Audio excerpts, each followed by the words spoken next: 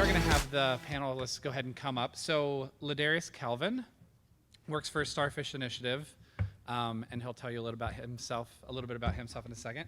Adam Datema, and then Idalia Wilmoth.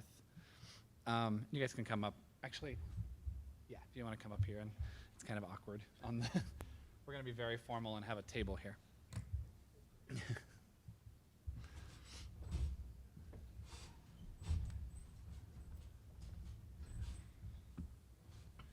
So like I said, LaDarrius Calvin works for Starfish Initiative, which is a mentoring organization here in Indianapolis. Adam owns a coffee shop on the kind of northeast side of town called Circadian Coffee. And then Dahlia is a doctoral student and many other things, which I'm sure you'll talk about in a second. And all three alumni of the 21st Century Scholar Program. I am also an alumni, so I might throw in some ideas here or a little bit about myself as well. But to get us kind of started, is this mic live? We good? It should be. Yeah, perfect. To get us started, if we just want to go down the row and share a little bit about yourself, who you are, where you're from, where you went to college, and kind of a little bit about what you're doing right now. Do you want to get that? Yeah. So, good afternoon. My name is Idalia Wilmoth. I am a proud Afro-Latinx woman from the beautiful country of Ratán, Honduras. So if any Hondurans in the house, shout out to you all. I am a lot of things. So I was born in Chicago, raised in New York, moved from New York to South Bend, and then my father got a job offer, and then that's how I heard about 21st Century Scholars. I then came to IUPUI here in the city and got my bachelor's in general studies with a concentration in Africana studies and Black studies. Then I went on to get my master's in urban education with a focus in post-secondary. And then in 2013, I started my own style business called Pretty Authenticated, where I help women kind of unpack their authentic style in a way, in a critical narrative, looking the deep-rootedness of the narrative of why we wear what we do and what we do and how we do it. And then now I'm working on my doctorate degree in urban education, which my focus is on racial surveillance, Black spaces, looking at place and space and race, also intertwined with race, beauty, and culture. So I am interdisciplinary, meaning that I look at several different lenses, and I look in a critical lens when it comes to who I am. So I don't want to bore y'all too much because I have like a long list of things that I do. So yeah. I don't know what you do, but we probably should have gone first. So my name's Adam Datema. No one gets it right. It's fine. I went to IU Bloomington, majored in psychology, planned on going into marriage and family therapy, and got through 4 years, did a couple internship shadows, stuff like that. Realized that at 22 years old, I had no business telling a married couple how to live their lives.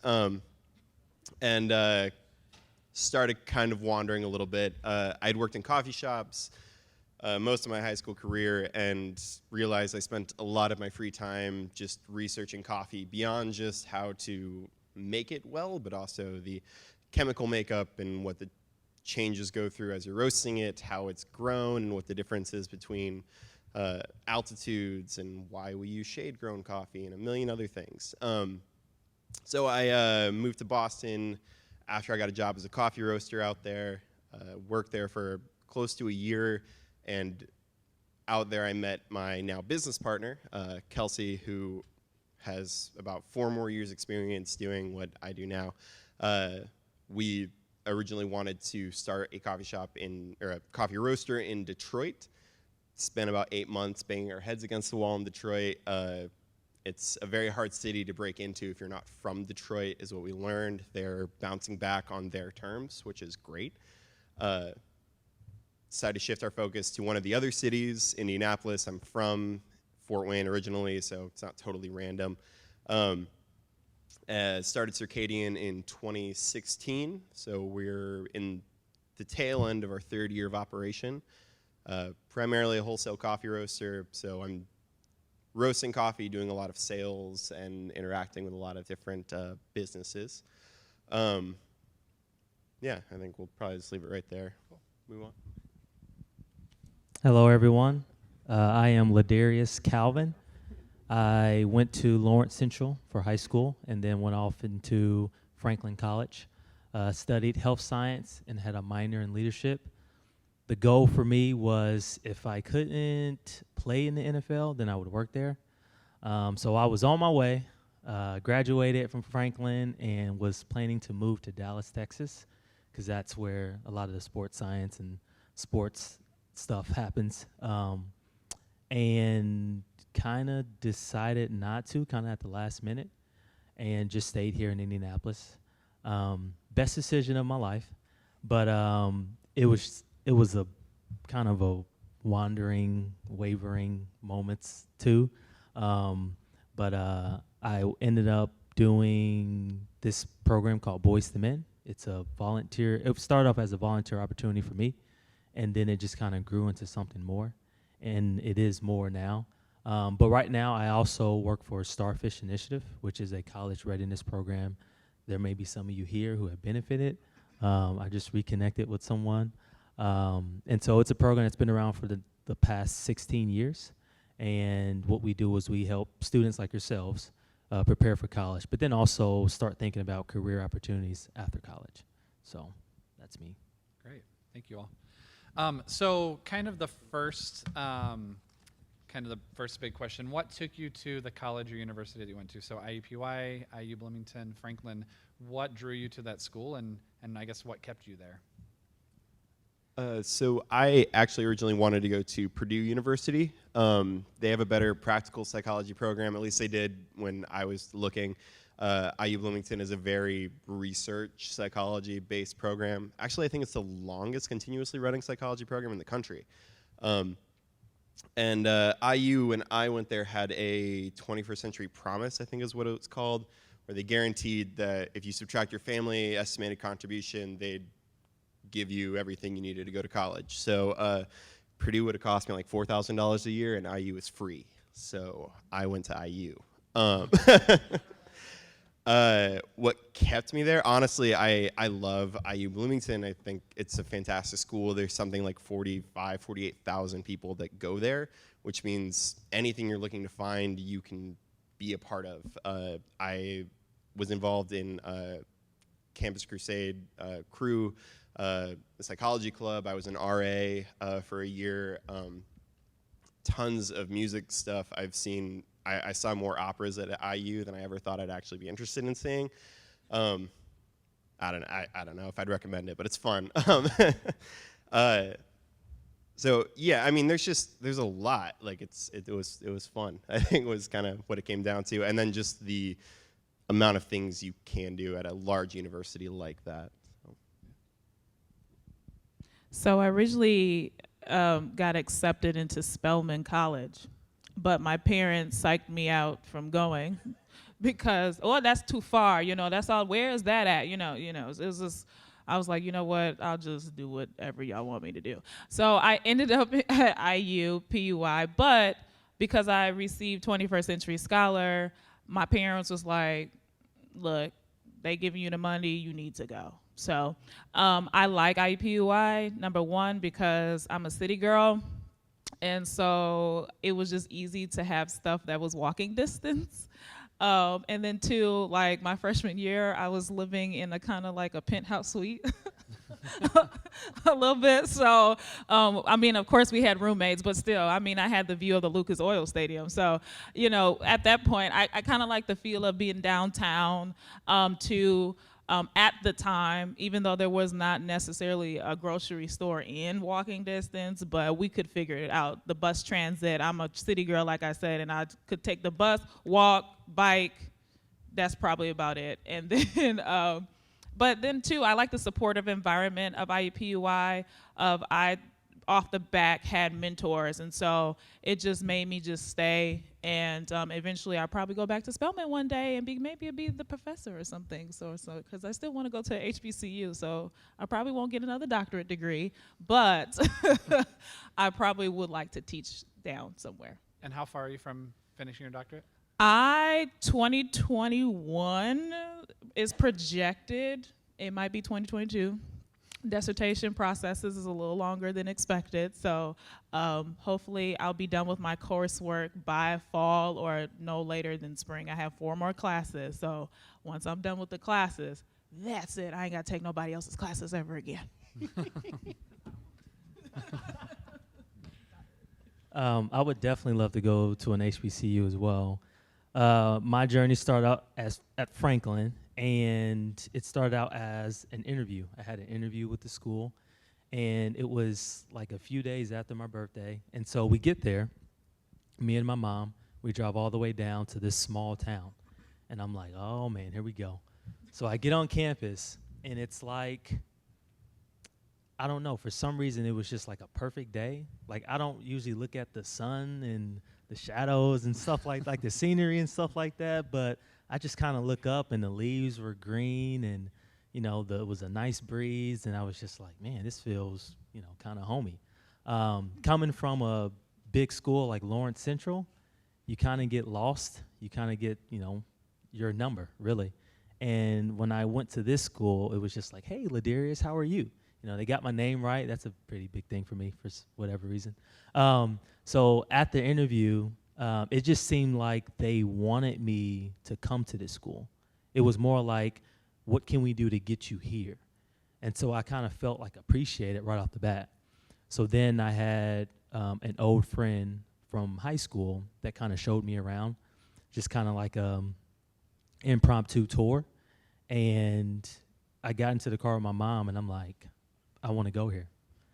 And so I got the letter back, and they called me back, and they said, hey, you've been accepted, and I got accepted. And the reason I stayed there was because I was very shy coming out of high school. And so towards the end of my freshman year, I was in a room with one of my counselors.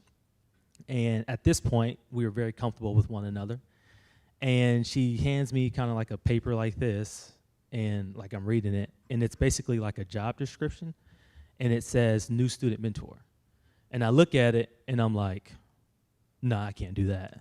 I just pass it back to her like, nah, I can't do that. I got football and stuff like that. And she's like, well, LaDarrius, you were referred for this position. So there's someone out there that believes in you that says that you can do this.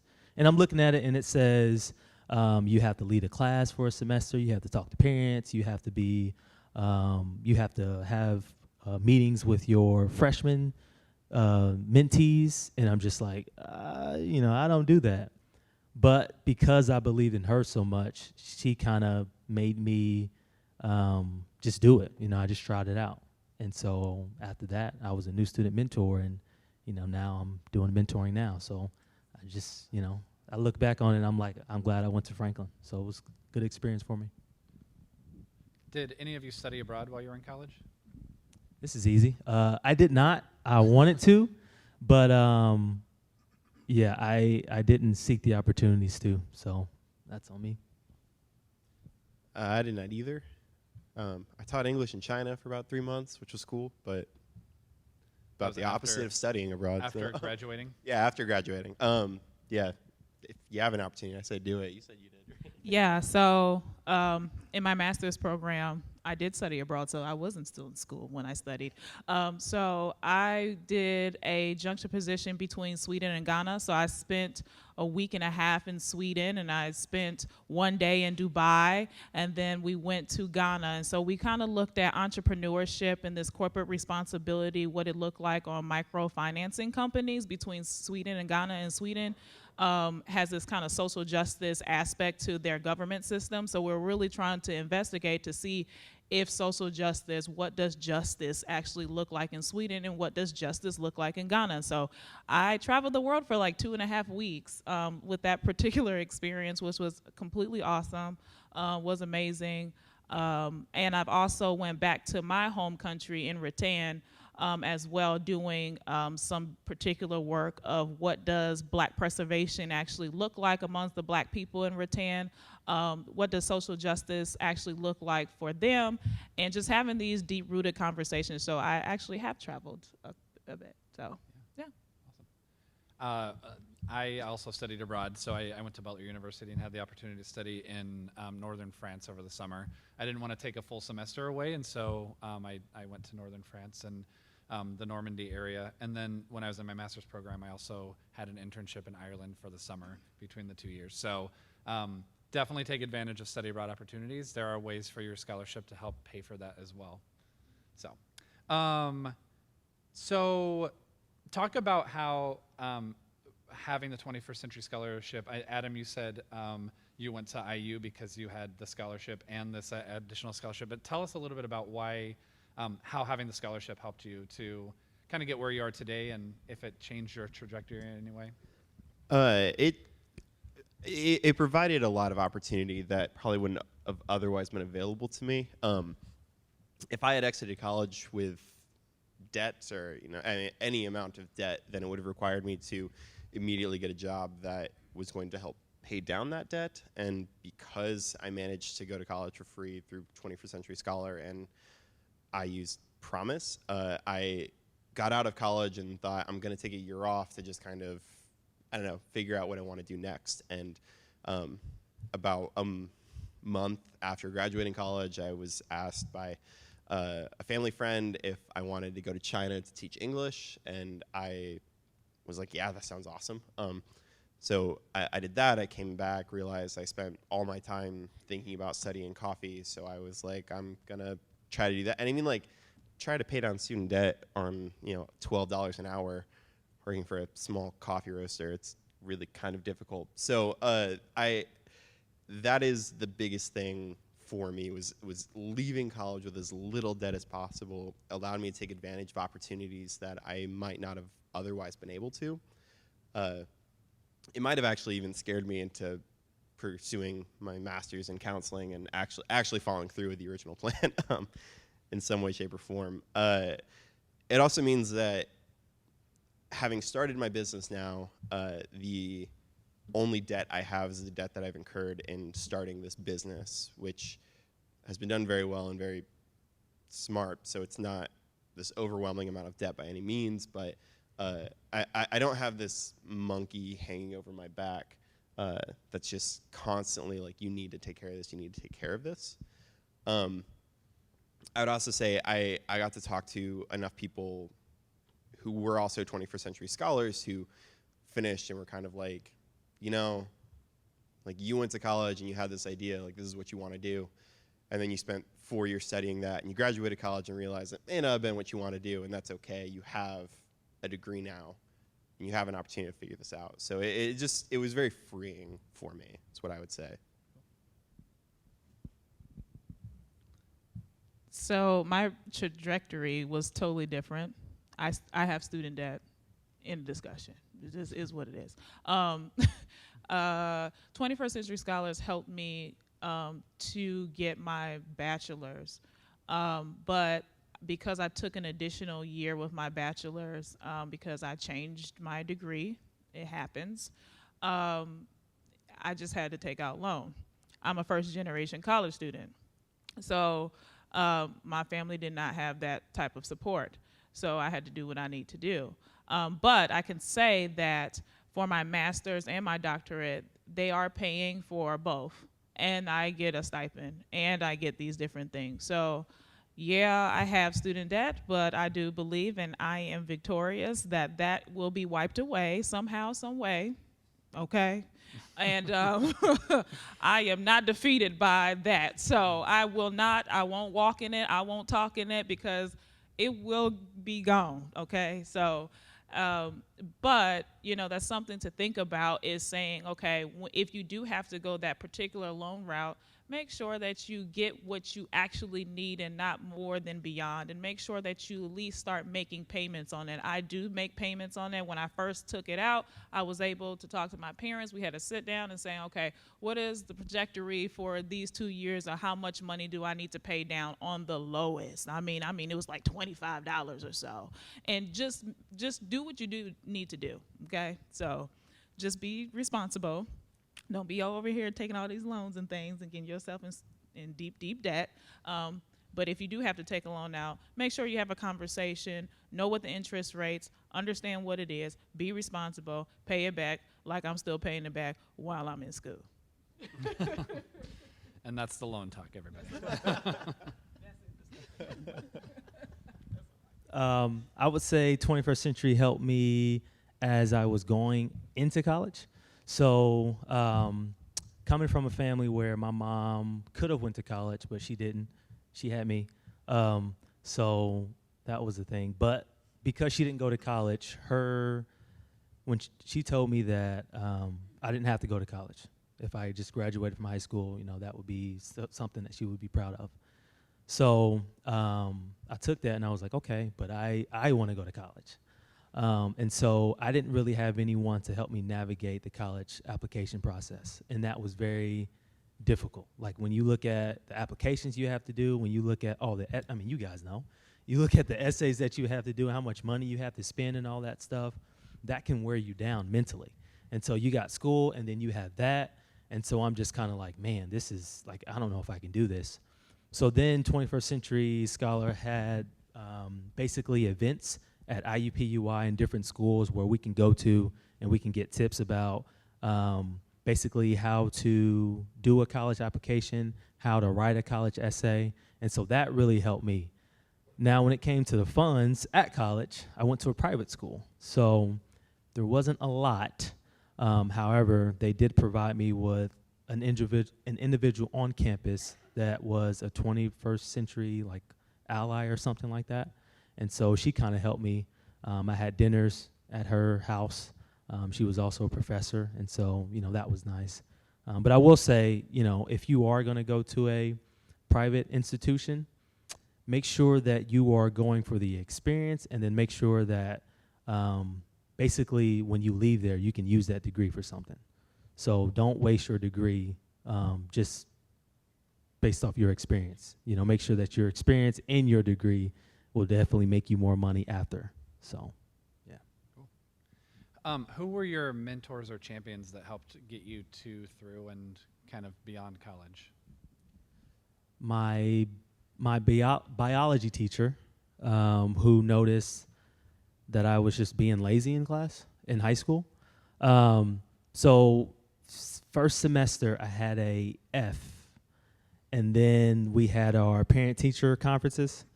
And my mom said that she could come. So usually my mom doesn't come to these things. And I'm like, holy crap, she's about to go off on me. So I did what I had to do to get it up to a C. All right. So then here comes a parent-teacher conference. And then she shows my mom the F. And I'm like, how you going to show her I got a C. How you going to show her? And my mom looking at me. She's looking at me. You know how your mom gives you that look like, okay, you playing. Okay. So I'm like, oh, man, here we go.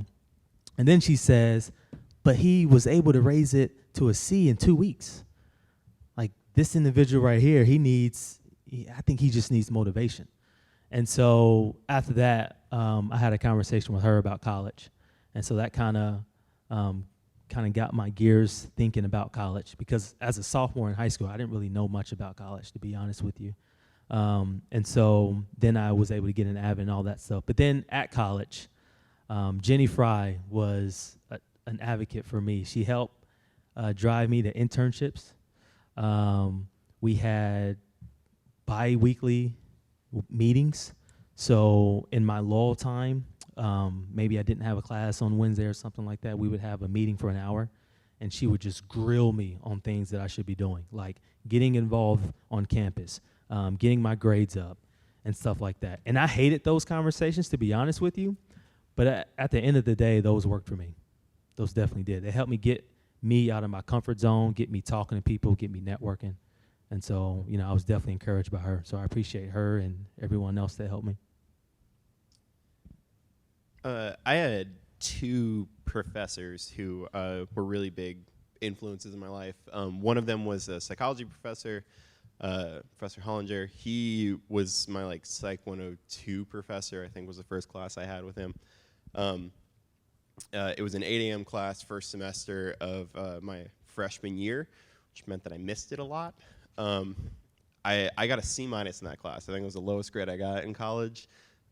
as a psych major, getting a C- and Psych 102 is not the best way to start off.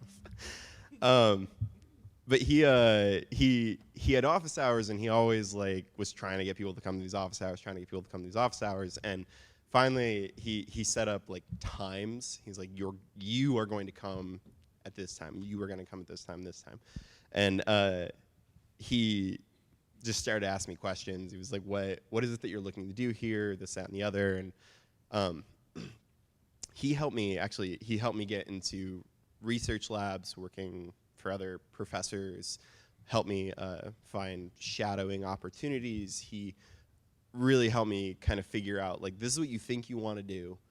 We're going to go through and we're going to figure out, like, do you actually like this? Like, are you interested in this in a practical standpoint, or do you just find this interesting? I took stats with him, and he was great because I'm the worst math student, and statistics is all math. So I had known him at that point, so I'm sitting there in stats, I'm struggling. Every time I would have problems, I would go to his office hours because I had gotten used to this now, and would actually get help from him. And it was because I knew him now, and he was there to help me. He had made that apparent. I had another professor who was an English professor, and she was just a really interesting person, so I started talking to her, saying after class. Her husband is actually one of my best friends now. Amazing guy, and they would invite me over for dinner. I would babysit their kids. At one point when I moved to Boston, I had ran out of money. Like, I couldn't fill up my gas tank. I had zero money, and I was headed over to their house because she had just gotten a job at a college in Boston completely randomly. So I'm headed over to their house because I'm basically broke, and they handed me $30 and they're like, fill up your gas tank, like, you're gonna be all right. If you need anything, like, we're here. It's, this, that, and the other. I was also really lucky enough to have parents who had gone to college, so they helped navigate a lot of these things that are really confusing, because there's a lot of, what he said, the applications and all these sorts of things that, like, what are they looking for? What were they trying to get? And they had been to a small private university, so they hadn't been to a large public one and didn't really know all those details, but they were always, like, right there helping me. So talk to your professors. Like, they want to help, I swear. So I had a board of directors, as I call them. I call them my Law and Order SVU group, because these individuals, there's three of them. Her name is Nashara Mitchell. She actually works at Butler University, but she was the dean of the graduate school. But she also was an entrepreneur, and she had her own business downtown Indianapolis, where I did my internship and things of that nature. And then I had someone like Dr. Joseph Tucker Edmonds, who came from Baltimore, and he was deeply rooted in, Black religion and understanding this critical lens. And then I have someone else named Dr. Rhonda Henry Anthony, who was an English professor. So I was one of those people who just loved to think beyond the table, beyond the building, beyond more. And so they poured into me. I was intentional about who was around me as my mentors. Of course, my family supported, and if they didn't support me, oh well. I was like, I'm gonna find who I can find. I was one of those people, like, knocking at your door, like, accept me now. Like, I'm here, and you need to listen to what I'm saying. So I had a group of wonderful, intellectual, just critical, deep-rooted people who just were not only scholars within the university, but worked the grounds of the community. And I was really one of those people who are deeply rooted into understanding community voices and understanding where I came from as well. And someone who's a city girl, I'm not really too prone of being stuck on a building, but they were moving the grounds, and I felt like that was my family. And so they did an awesome job. I love them. I still work with them. It's so funny now because we look back and it's just like, nah, I work for y'all. But I love that they were able to see such potential, and they allowed me to move forward. So, yeah. Awesome. So I've got a few more questions here, but I wanted to ask, does anybody have any questions for the panelists?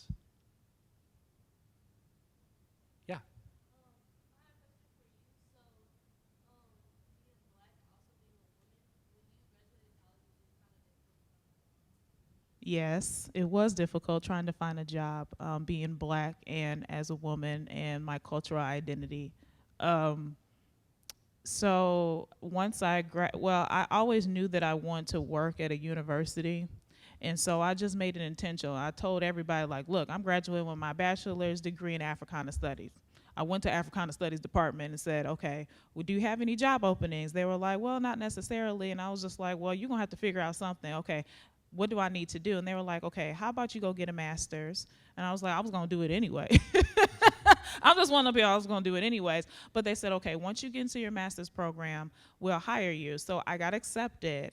And so what they did was they automatically, I'm just blessed that they automatically just gave me a job. And they knew that I'm a program mentor too. So I mentor over 20 students at IUPUI, black and brown students. And so they just automatically came in and said, hey, you know, we'll give you an assistantship, we'll give you a stipend, these are the hours that you need to work. And I was like, cool. So knowing that happened, it just automatically, but on the back end, the entrepreneur side piece, I had my mentor who was already streamlining me in. I was doing workshops and speaking engagements just on the low. And plus I was working for her, so she was paying me at the same time. So it wasn't technically like this big old corporate job, but I was getting paid and I was able to pay my bills. So a little bit of a hustle and also a little bit of those Yeah. connections. Mm-hmm. Hustle. Look, you gotta do what you gotta do. I'm all about it. So. Awesome. What other questions do people have out there?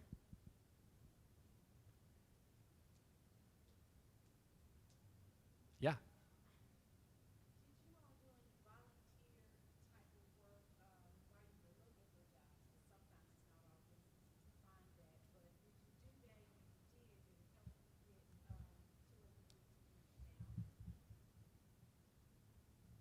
Yes. Yeah, go ahead. Whoever. So I volunteered for, sometimes I used to volunteer for Dress for Success.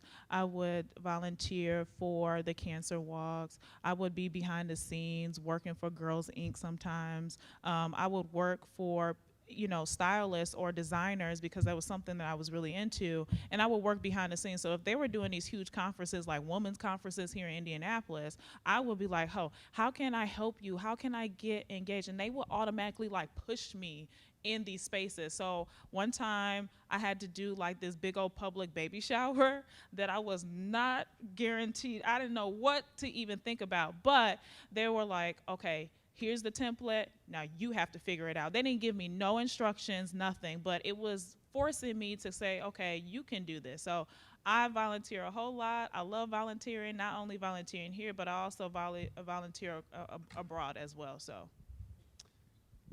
I volunteered for the Shalom Center down in IU Bloomington. I have a passion for, underserved groups and especially homeless people.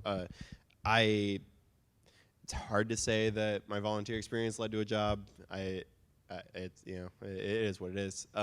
But it is a big networking opportunity. I don't think you realize how many people in this city who volunteer are working other jobs. And like, even if you're just like, oh yeah, I'm trying to work in this sort of thing. Like my wife has had this experience where was looking for a job and people would be like, oh, well, I work here. Like we actually are trying to hire someone like this, or like, whatever. It is a massive networking opportunity, and it's an opportunity to serve people. Like that's huge. Like we've had people serve us whether we realize it or not, and it's a massive opportunity to go out and be like, we want to walk with someone else and help them be better. So yeah, definitely do it.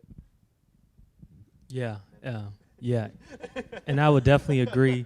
So when I started with Boys to Men, I was still looking for a job. I had then found a job right when I started with Boys to Men, and I realized that I wanted to do something more. But in between that time, as I was leaving the job that I had while at Boys to Men, because of my relationships that I created with the mentors at Boys to Men, that led to 3 other job opportunities. I know there was one at, I forget the financial, it was like a financial, you were like a financial, I keep saying financial, but I I can't think. A financial advisor. There we go. For Northwestern Mutual. So that was a great opportunity. But then I realized that I wanted to do community service and I wanted to do mentoring full time.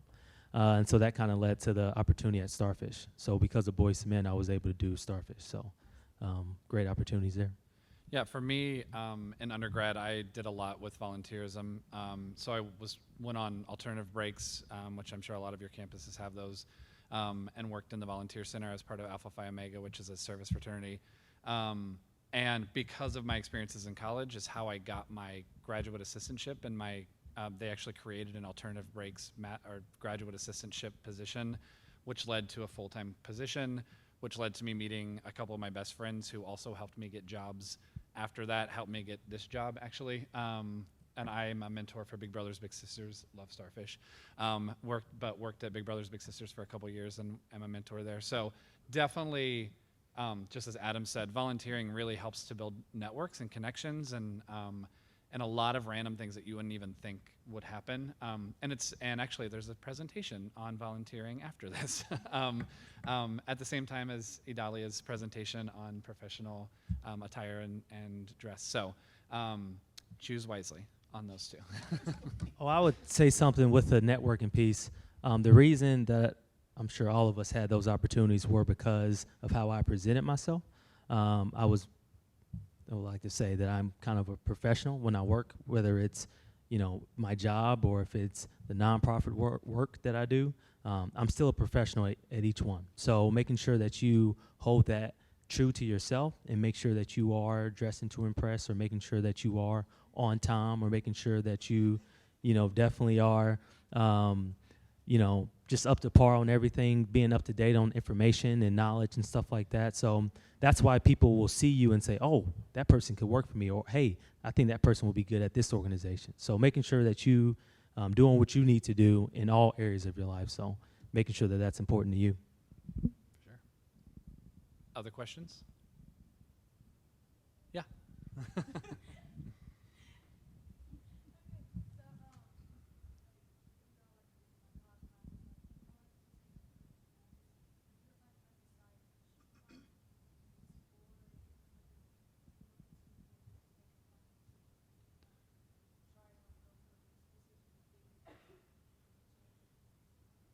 So her question is, if you're an undecided major or trying to figure out what direction you want to go, what is the best path to kind of do that? Should you try lots of different things, or should you kind of go with your gut, or which is the best way? So, Dalia. So I received my bachelor's in general studies. So people demonize us, but we probably the most people that kill the game, okay? Because we interdisciplinary. So I always say, find courses that are going to feed in not only the things that you necessarily love. I think there's this kind of thing that, okay, yeah, you're going to go to medical school, but I also think you should tap into a religion course or a sociology course to get your mind to understand and be well-rounded. You want to be a well-rounded individual. You don't want to be stuck in one field, and then there's people who are stuck in that field, but they're not necessarily people person. They don't really have a conversation. You can't, talk to them. It's kind of like they're stuck in engineering field, and that's engineering. No, but for someone who talks to students all the time, I say, okay, what do you like, and what do you see yourself in the next 2 or 3 years? And how is this going to help you either frame your understanding for the field that you want to go into and move forward with that? So in undergrad, I took a Michael Jackson course, okay? It was more than just music. It was really deeply rooted of understanding how music influenced the way that Michael Jackson and his trajectory over life, and how he either went through his entrepreneurship, and being someone who was like the king of pop, and these pop cultural things of understanding, like, okay, he's a musician, but he dealt with things, and what happened with that. And so it was more than just like us dancing in the classroom, because we was kind of just jamming the whole time, but it was really looking at someone else's life and saying, okay, if you go in this particular realm, what are some things that you're going to face?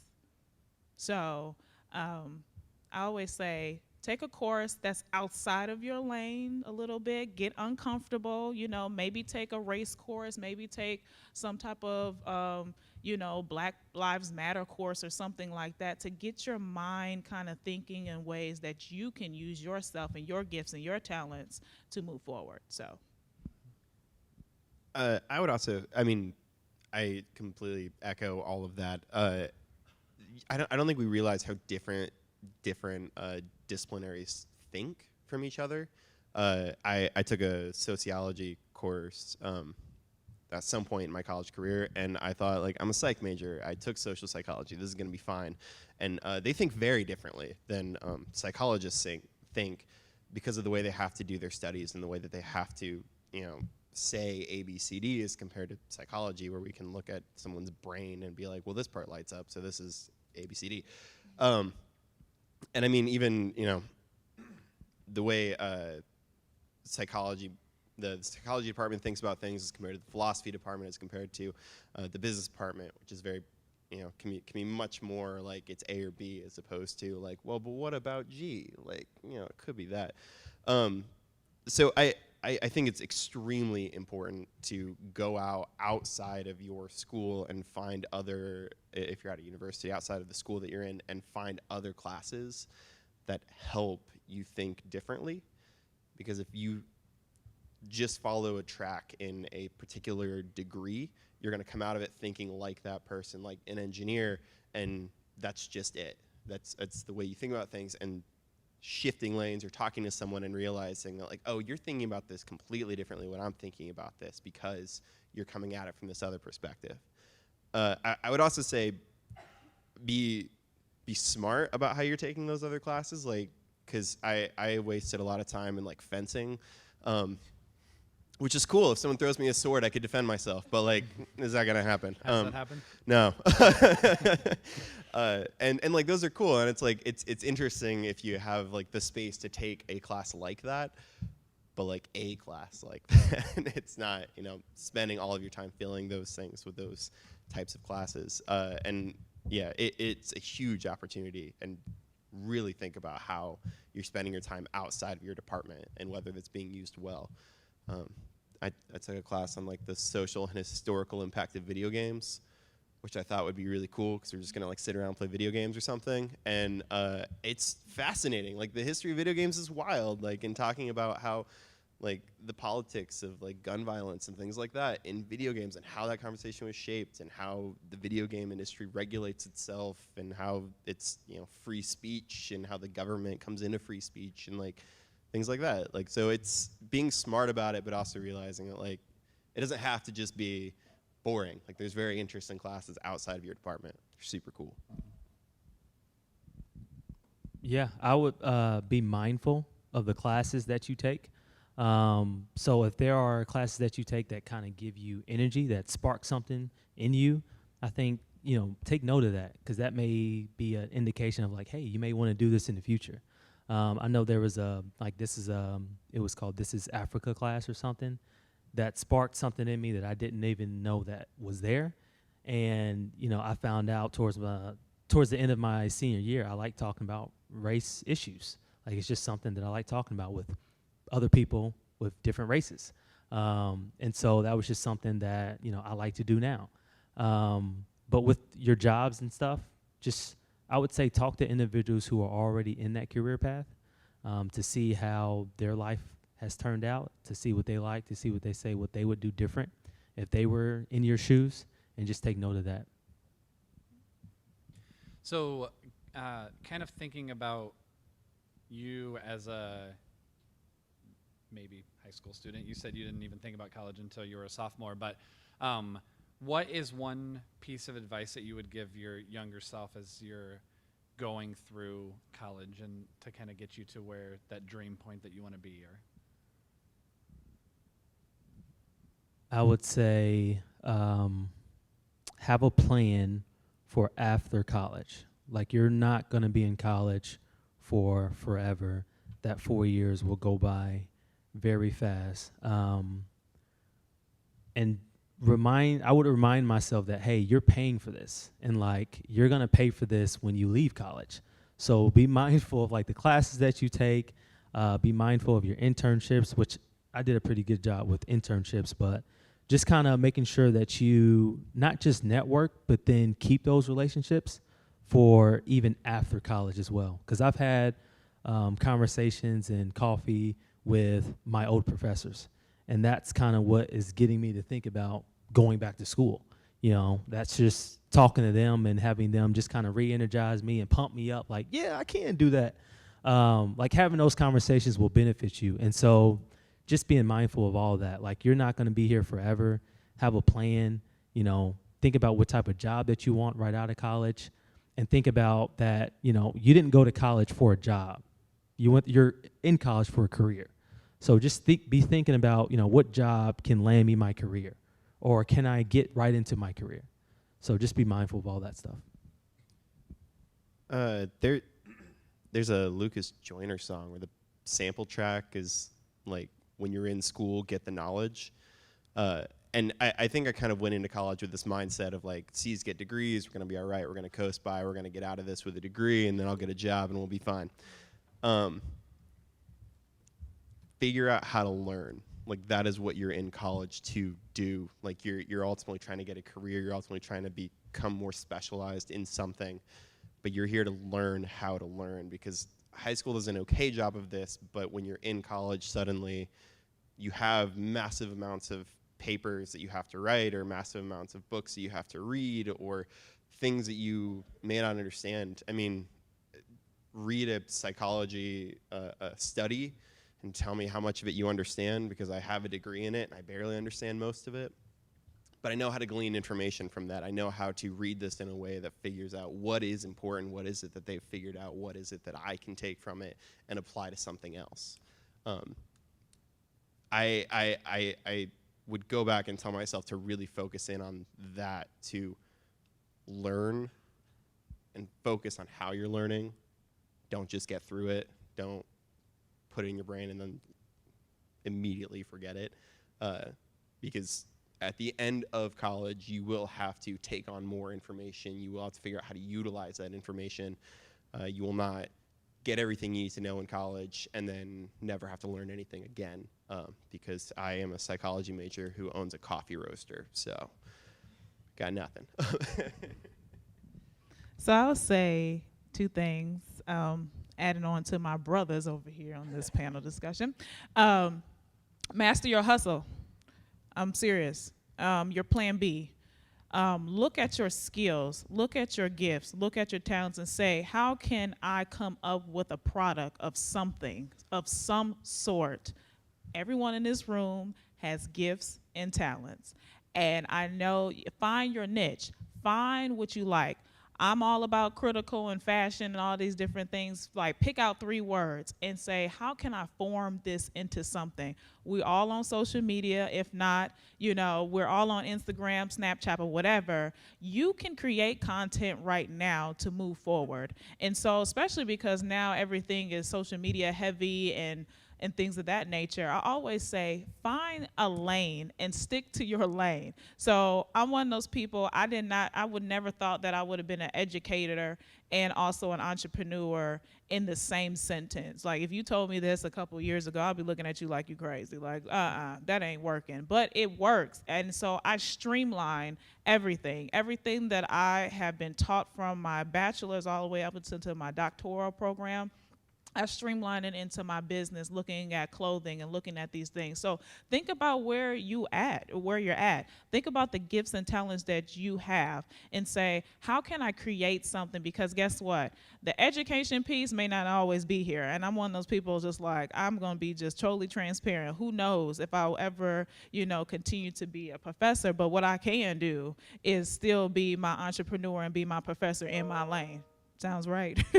So just really make sure that you hone on to your gifts and acknowledge if you like understanding how people think, how people talk, how people walk, things of that nature. Find your lane and stick to it and be intentional about that. So that's something I have been doing. It's been working since 2013, and I think it's amazing. So, and I'm happy.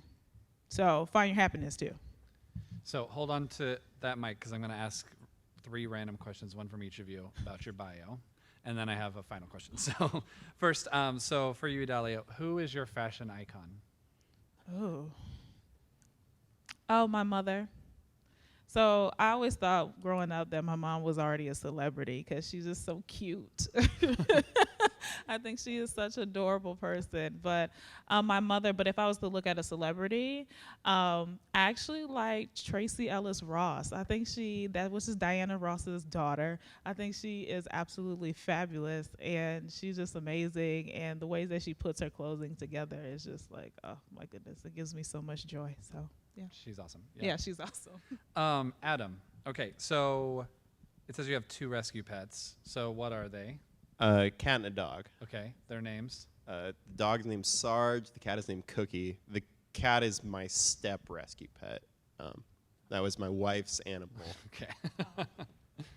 Married her. Here we are. Inherited an animal. And then best cup of coffee you've ever had. If you ever have the opportunity to try Yemeni coffee, they produce the best coffee in the world. It is also ridiculously expensive because you have to deal with things like Somali pirates, which I think is just wild that like we live in a world where coffee is more expensive because pirates exist. It's also a war zone. We can talk about the politics of that at some point. But yeah, if you ever have the opportunity, Yemeni coffee is the best coffee in the world, hands down, bar none. Awesome. And LaDarrius, what's your favorite thing to bake? It says you like to bake and watch Netflix, so. Which is, there's more to his bio. Read his whole bio. That just sounds weird. I like to experiment. Like I like to call my kitchen a lab. So, like lemon cheesecake drops, a cheesecake cookie, brookies, cheesecake. I like cheesecake with Oreo for the crust. I don't like the graham cracker crust. I like the Oreo crust, so I just like to mix and match things. Awesome. So you'll be bringing one of those to the office at some point. Special orders with his coffee. Hey, Yeah. I gotta coffee, master this some hustle, so cheesecake. I'm gonna have to charge you guys for this. Awesome.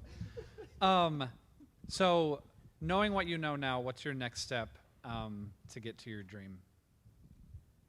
I would say the next step is for me to, I guess, grow into the role as CEO of Boys to Men and taking over that nonprofit organization and making sure that we're growing in the right direction and making sure that we're not losing our Christian values. But I also want to help my community. And so been thinking about going into public health and definitely helping my community on a larger scale. So, yeah.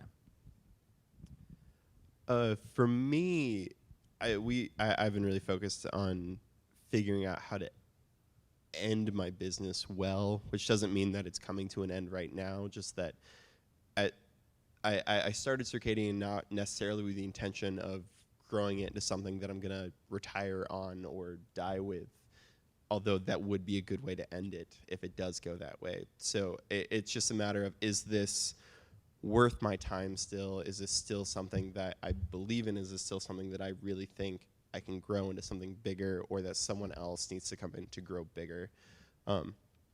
So my focus right now is just figuring out like what is the next steps with that, and if I do that, what would be next, and what else I can be doing with my time to better my community. So I just want to finish this doctorate degree because I'm tired. Okay. I'm so tired. I'm so tired.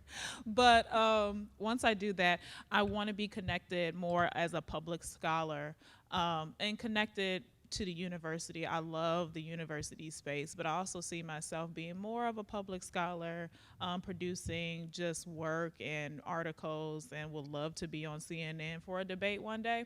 And I just see myself in that big political realm of education, especially when it comes to race, racism, place and power, and all that good stuff. So I'm in the right place. I'm blessed to say that I'm in the space that I'm in to move forward, and so just going out there and get it. So that's my advice to myself. Awesome.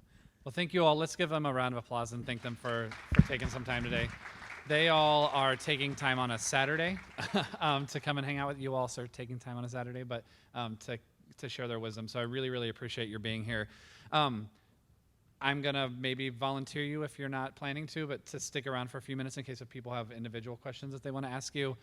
Idalia is doing a session, like I said, right after this at what time is it? 1:45. So you can learn more about her. And then a couple of other housekeeping announcements. Don't forget that I think the food is gone, but the drinks are still out there. There are LinkedIn photos still happening down in 121. So definitely do that. We're going to close that up at about 2:30. So if you want to do that between now and 2:30, just after the end of the session C. And the next time we'll be back in here is a little after 3:30, and we'll do some wrap up. So thank you again so much for your time, and enjoy the afternoon sessions.